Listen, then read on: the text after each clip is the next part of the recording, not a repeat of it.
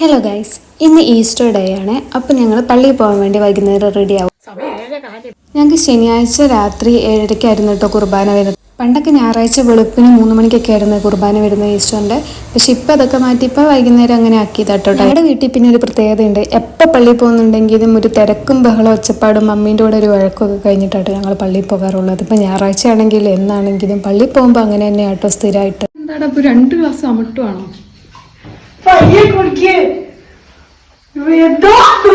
അടുത്ത വീട്ടിലാണെങ്കിലും പിള്ളേരും ജിജാൻ്റെയും സിലമ്മയും എല്ലാവരും ഒരുങ്ങി ഇറങ്ങിയിട്ടുണ്ടായിരുന്നു കേട്ടോ. അന്നേരത്തേക്ക് എല്ലാവരും വേഗം ഒരുങ്ങി ഇറങ്ങുകയാണ്.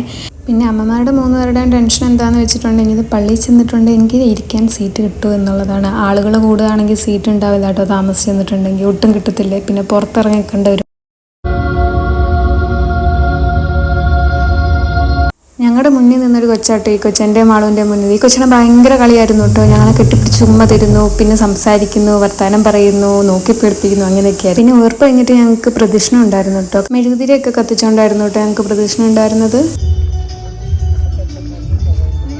പ്രദക്ഷിണമൊക്കെ കഴിഞ്ഞിട്ട് പള്ളിയിൽ കയറിയിട്ട് കുറച്ചു നേരം കഴിഞ്ഞപ്പോഴത്തേക്ക് ആ കൊച്ചൊക്കെ കിടന്ന് ഉറങ്ങി കേട്ടോ നല്ല സുഖമായിട്ട്. പിന്നെ കുർബാനയൊക്കെ കഴിഞ്ഞ് ഞങ്ങൾക്ക് ഈസ്റ്റർ മുട്ടയൊക്കെ കിട്ടി. ആദ്യം